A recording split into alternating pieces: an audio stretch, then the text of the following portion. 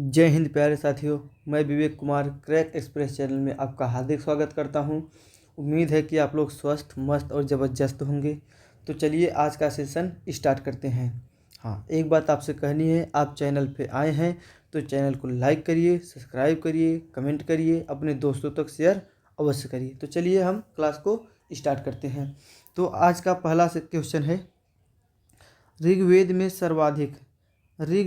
सर्वाधिक सूक्त किस वैदिक देवता को समर्पित है? ऋग्वेद में सर्वाधिक सूक्त किस वैदिक देवता को समर्पित है? तो इंद्र को समर्पित है।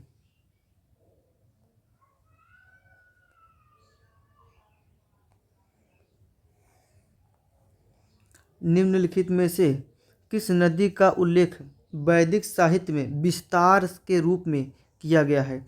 निम्नलिखित में किस नदी का उल्लेख वैदिक साहित्य में विस्तार के रूप में किया गया है? सरस्वती नदी का।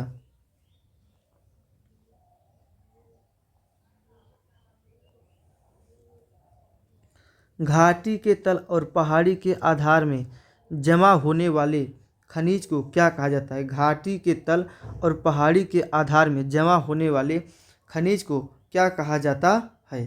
क्या कहा जाता है? प्लेसर निक्षेप।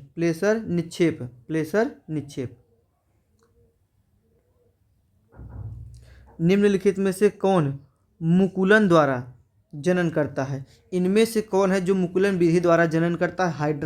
हाइड्रा अमीबा विखंडन द्वारा जनन करता है।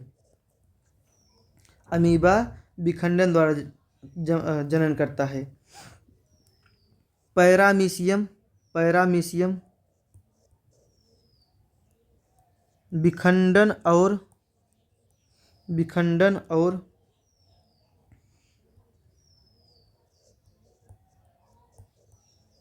लैंगिक जनन भी करता है।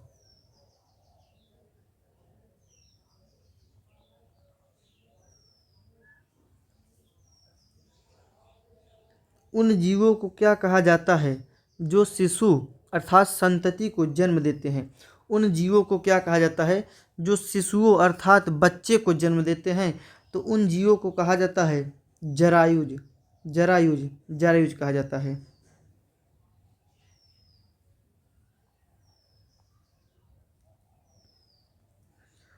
मुगल काल में उत्तर प्रदेश का कौन सा घराना संगीत का सबसे बड़ा केंद्र था?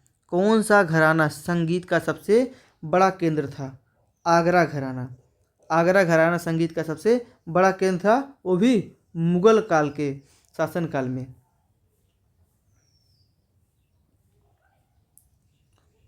पद्म भूषण से सम्मानित गंगूबाई हंगल किस घराने से ताल्लुक़ रखती है? पद्म भूषण से सम्मानित गंगूबाई हंगल किस घराने से संबंध रखती है या ताल्लुक़ रखती है? तो किराना घराना से ताल्लुक़ रखती है। बनारस घराने से संबंधित उस्ताद बिस्मिल्लाह खान शहनाई के लिए जाने जाते हैं।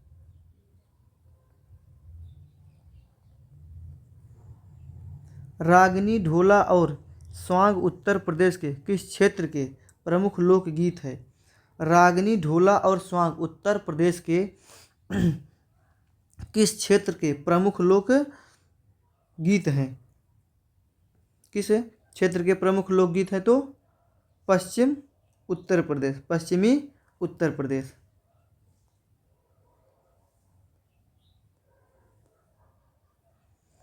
निम्नलिखित में से कौन सा बुंदेलखंड का एक लोकप्रिय लोकगीत है? निम्नलिखित में से कौन सा बुंदेलखंड का एक लोकप्रिय लोकगीत है? बुंदेलखंड का आल्हा है।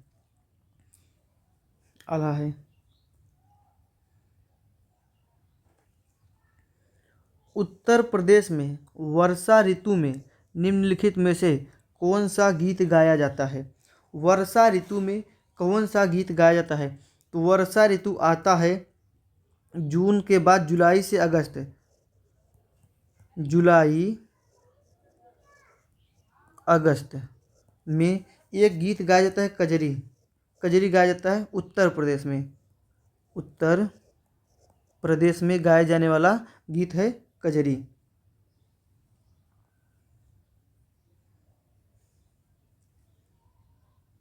भगवान कृष्ण का जन्म किस युग में हुआ था? भगवान कृष्ण का जन्म किस युग में हुआ था? द्वापर युग में। द्वापर युग में हुआ था।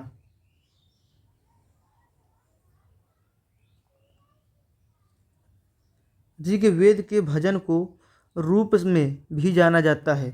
ऋग्वेद को भजन के रूप में भी जाना जाता है। किस रूप में जाना जाता है? सूक्त। सूक्त रूप में जाना जाता है। ऋग्वेद, सामवेद और यजुर्वेद संयुक्त रूप से कहलाते हैं, अर्थात ऋग्वेद, सामवेद, यजुर्वेद को मिलाकर क्या कहा जाता है? वेद त्रयी। वेद त्रयी कहा जाता है। निम्नलिखित में से किस नदी का उल्लेख वैदिक साहित्य में विस्तार के रूप में किया गया है? निम्नलिखित में से किस नदी का उल्लेख वैदिक साहित्य में वितस्ता के रूप में किया गया है? तो झेलम। झेलम नदी का उल्लेख वितस्ता के रूप में किया गया है।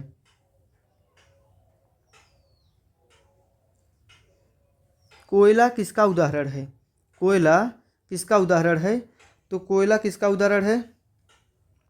अवसादी चट्टान और तलछटी क्षेत्र, अर्थात एक मिनट। कोयला किसका उदाहरण है? तो बी व सी, अर्थात दोनों, तलछटी और अवसादी दोनों का उदाहरण है कोयला।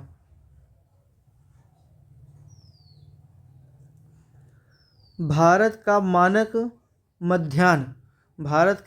मध्याह्न कुल कितने राज्यों से होकर गुजरता है? भारत का मानक मध्याह्न कुल कितने राज्यों से होकर गुजरता है?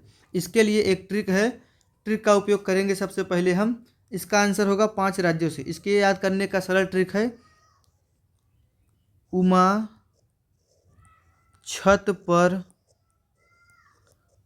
ओ अंधा है, ओ अंधा है, तो ऊ से हो जाएगा उत्तर प्रदेश। उत्तर प्रदेश। माँ से हो जाएगा मध्य प्रदेश। मध्य प्रदेश। छ से हो जाएगा छत्तीसगढ़। छत्तीसगढ़। ओ से हो जाएगा उड़ीसा। उड़ीसा।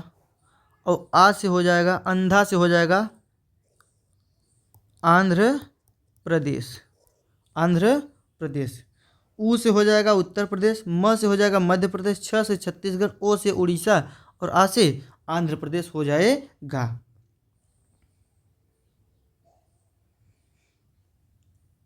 मैक-मोहन रेखा किन 2 देशों के बीच का सीमांकन करती है? मैक-मोहन रेखा किन 2 देशों के बीच का सीमांकन करती है? तो मैक-मोहन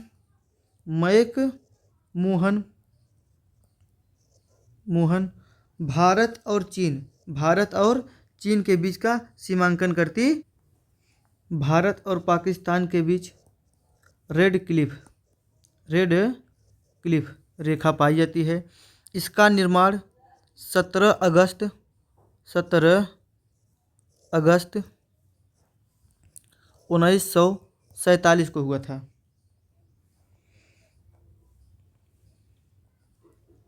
माउंट ब्लैंक निम्नलिखित में से किस पर्वत श्रृंखला की सबसे ऊंची चोटी है? माउंट ब्लैंक निम्नलिखित में से किस पर्वत श्रृंखला की सबसे ऊंची चोटी है? तो आल्पस श्रृंखला की सबसे ऊंची चोटी है।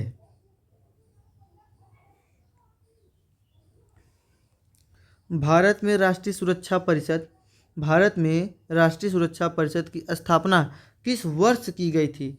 भारत में एनएससी एनएससी एनएससी की स्थापना कब की गई थी?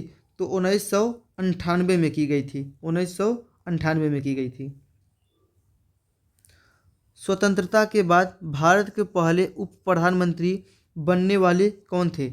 स्वतंत्रता के बाद उप प्रधानमंत्री बनने वाले कौन थे? वो भी पहले उप प्रधानमंत्री बनने वाले कौन थे? सरदार वल्लभ भाई पटेल। सरदार वल्लभ भाई पटेल थे। सरदार वल्लभ भाई पटेल भारत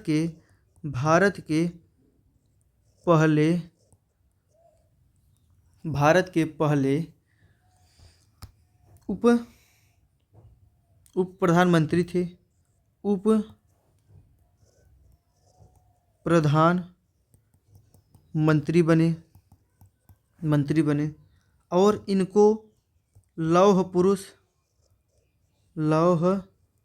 पुरुष के नाम से जाना जाता है। पुरुष के नाम से जाना जाता है। ये भारत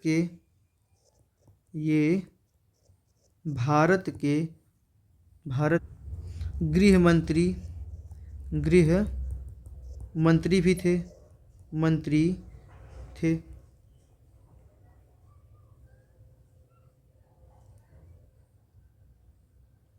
कितने भारतीय राज्य बांग्लादेश के साथ अपनी सीमा साझा करते हैं? कितने भारतीय राज्य बांग्लादेश के साथ अपनी सीमा साझा करते हैं? तो 5 राज्य सीमा साझा करते। इसके लिए एक ट्रिक है। आइए हम ट्रिक को देखते हैं। ट्रिक है अमित्र पश्चिम में है। अमित्र पश्चिम में है। अ से असम, मी से मिजोरम, त्रि से त्रिपुरा, त्र से त्रिपुरा, पश्चिम से पश्चिम बंगाल,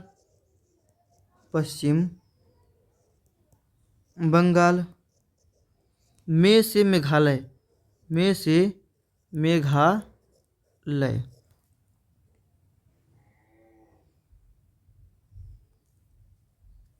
भारत का मानक माध्यम कुल कितने राज्यों से होकर गुजरता है?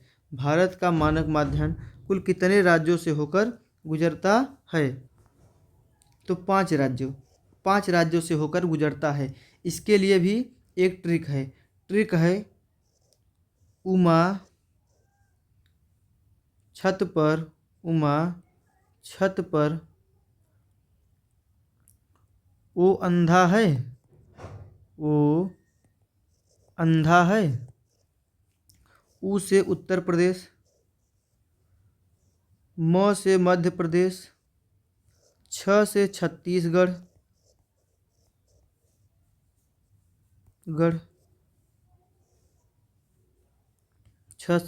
छत्तीसगढ़, ओ से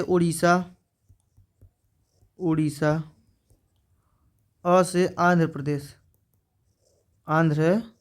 प्रदेश।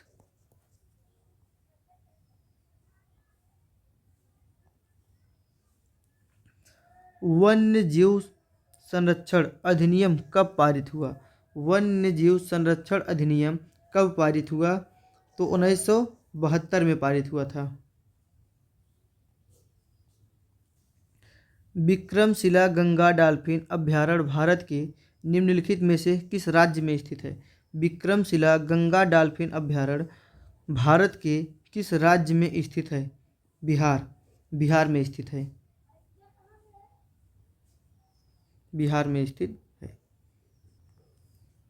सूर्य के बाद पृथ्वी के सबसे नज़दीक स्थित दूसरे तारे का नाम क्या है? सूर्य के बाद पृथ्वी के सबसे नज़दीक स्थित दूसरे तारे का नाम क्या है? नाम है प्रॉक्सिमा सेंटारी।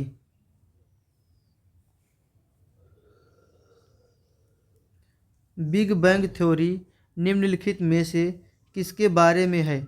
बिग बैंग थ्योरी निम्नलिखित में से किसके बारे में है? ब्रह्मांड की उत्पत्ति। Big bang theory big bang big bang theory theory ब्रह्मांड की उत्पत्ति ब्रह्मांड की उत्पत्ति उत्पत्ति ब्रह्मांड की उत्पत्ति के विषय में बताती है।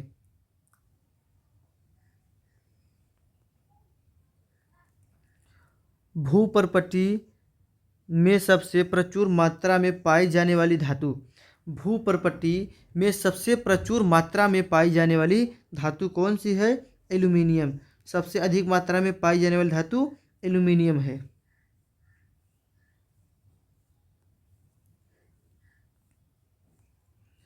प्लेट विवर्तन की सीमाओं के मुख्य रूप से कितने प्रकार है? प्लेट विवर्तनी सीमाओं के मुख्य रूप से कितने प्रकार हैं? तो 3 प्रकार हैं।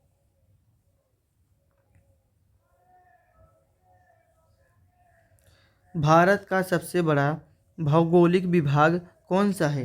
भारत का सबसे बड़ा भौगोलिक विभाग कौन सा है?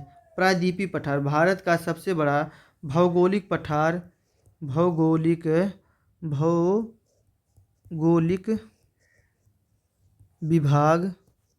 विभाग प्रायद्वीपीय पठार है।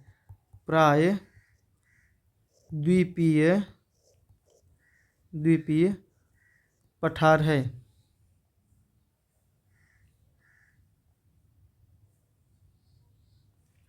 उत्तर प्रदेश के कुल कितने जिले नेपाल के साथ अंतर्राष्ट्रीय सीमा साझा करते हैं? उत्तर प्रदेश के कुल कितने जिले नेपाल के साथ अंतर्राष्ट्रीय सीमा साझा करते हैं? तो 7 जिले। सातों का नाम देखते हैं बारी बारी से। पहला है पीलीभीत। दूसरा है लखीमपुर खीरी।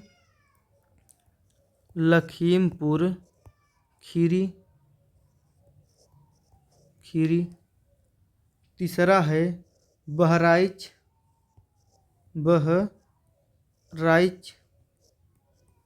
चौथा हो जाएगा श्रावस्ती। पांचवा है बलरामपुर। छठवा है सिद्धार्थनगर।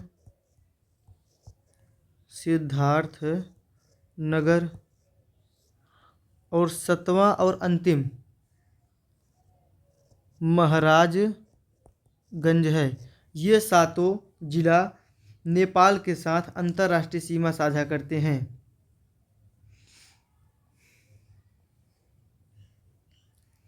क्षेत्रफल की दृष्टि से उत्तर प्रदेश का भारत के राज्यों में कौन सा स्थान है? क्षेत्रफल की दृष्टि से उत्तर प्रदेश का भारत के राज्यों में कौन सा स्थान है? चौथा स्थान है। पहला राजस्थान है। दूसरा मध्य प्रदेश। तीसरा महाराष्ट्र। चौथा उत्तर प्रदेश है। पहले स्थान पे राजस्थान, दूसरे पर मध्य प्रदेश, तीसरे पर महाराष्ट्र और चौथे पर उत्तर प्रदेश। जनसंख्या की दृष्टि से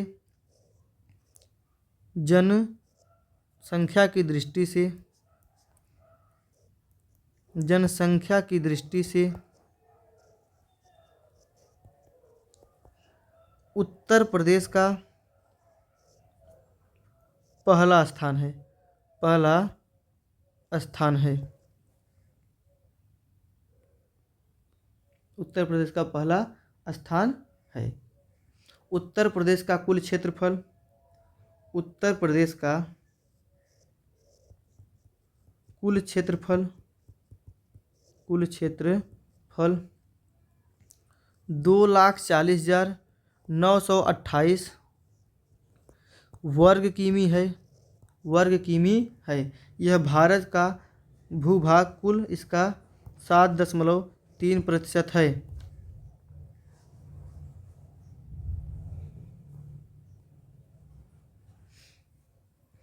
उत्तर प्रदेश की पूर्वी सीमा को निम्नलिखित में से कौन से राज्य स्पर्श करते हैं? उत्तर प्रदेश की पूर्वी सीमा को निम्नलिखित में से कौन से राज्य स्पर्श करते हैं? तो बिहार और झारखंड।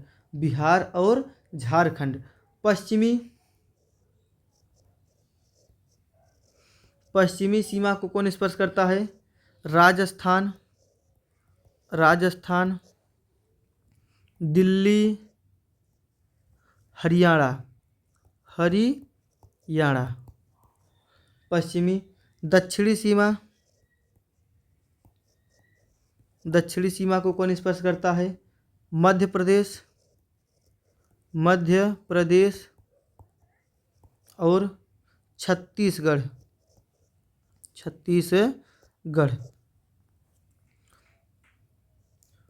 उत्तरीय सीमा को कौन स्पर्श करता है? उत्तराखंड। एक अंतर्राष्ट्रीय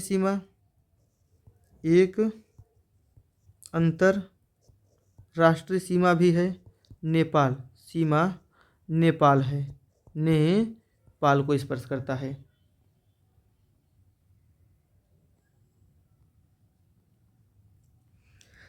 एक ग्रंथि जिसमें अंतःस्रावी और बहिःस्रावी दोनों कार्य होते हैं उसे क्या कहा जाता है?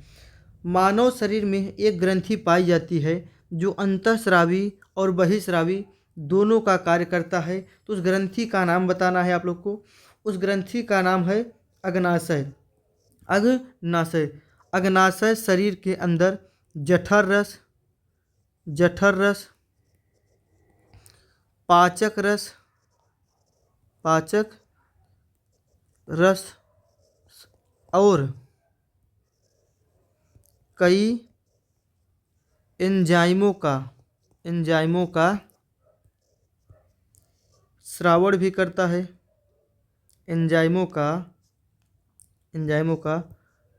श्रावण भी करता है। थायराइड ग्रंथि गले में पाई जाती है।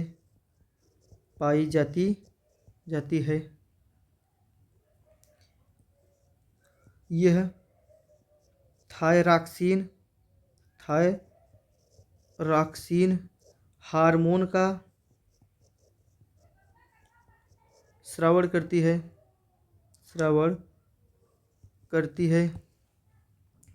अधिवृक्क का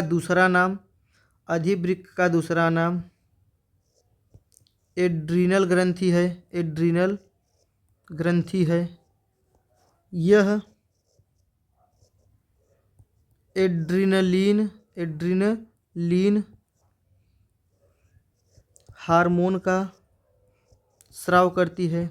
ये एड्रेनलिन हार्मोन का स्राव करती है। पीयूष ग्रंथि मस्तिष्क में पाई जाती है। मस्तिष्क में पाई जाती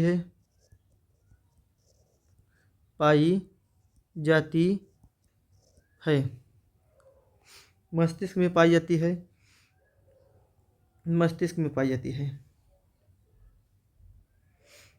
भारत के कितने राज्य बांग्लादेश के साथ अपनी सीमा साझा करते हैं? भारत के कितने राज्य बांग्लादेश के साथ अपनी सीमा साझा करते हैं? इसका उत्तर होगा 5 राज्य।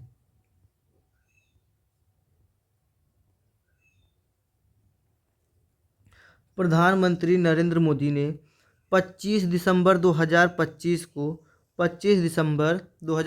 को राष्ट्र प्रेरणा स्थल का उद्घाटन किस शहर में किया? राष्ट्र प्रेरणा स्थल का उद्घाटन किस शहर में किया? लखनऊ में किया। लखनऊ में किया गया। आईसीसी T20 वर्ल्ड कप 2026 के लिए भारतीय टीम का कप्तान किसे नियुक्त किया गया है या किसे चुना गया है? सूर्य कुमार यादव को 25 दिसंबर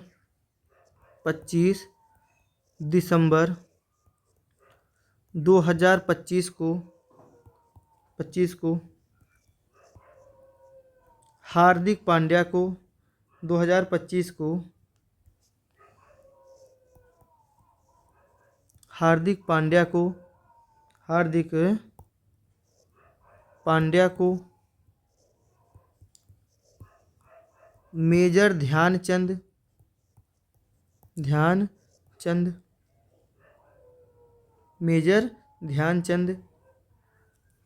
रत्न से सम्मानित किया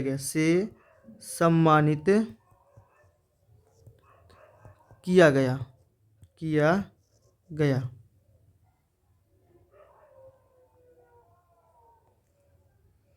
25 दिसंबर 2025 को पूर्व प्रधानमंत्री अटल बिहारी वाजपेयी की कौन सी जयंती मनाई गई? 25 दिसंबर 2025 को अटल बिहारी वाजपेयी की कौन सी जयंती मनाई गई? तो 101वीं जयंती मनाई गई। निम्नलिखित में से रजत क्रांति का संबंध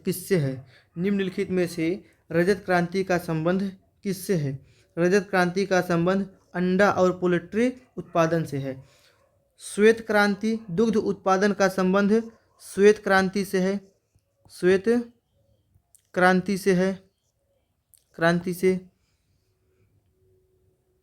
पीली क्रांति का संबंध तिलहन उत्पादन से है।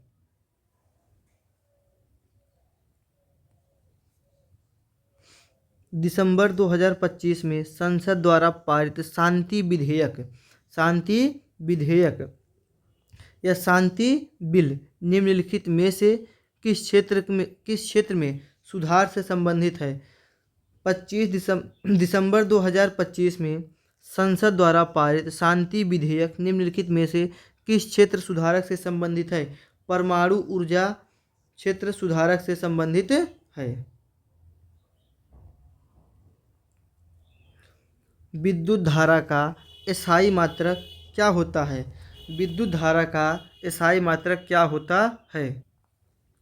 एम्पियर होता है। विद्युत धारा का SI मात्रक एम्पियर होता है। ओम प्रतिरोध का होता है। वाट शक्ति की होती है। वाट शक्ति की SI मात्रक होता है। वोल्ट किसका होता है? विद्युत विभवांतर का। वोल्ट होता है विद्युत विभवांतर का होता है वोल्ट। तो दोस्तों उम्मीद करता हूँ कि आपको क्लास अच्छी लगी होगी। आज का सेशन यहीं पे समाप्त होता है। अगर आपको क्लास अच्छी लगी है तो चैनल को सब्सक्राइब करिए और वीडियो को अपने दोस्तों तक शेयर अवश्य करिए। लाइक करना न भूलें। अगर कोई डाउट है तो आप अपने प्रश्नों को कमेंट बॉक्स में भेज सकते हैं। धन्यवाद।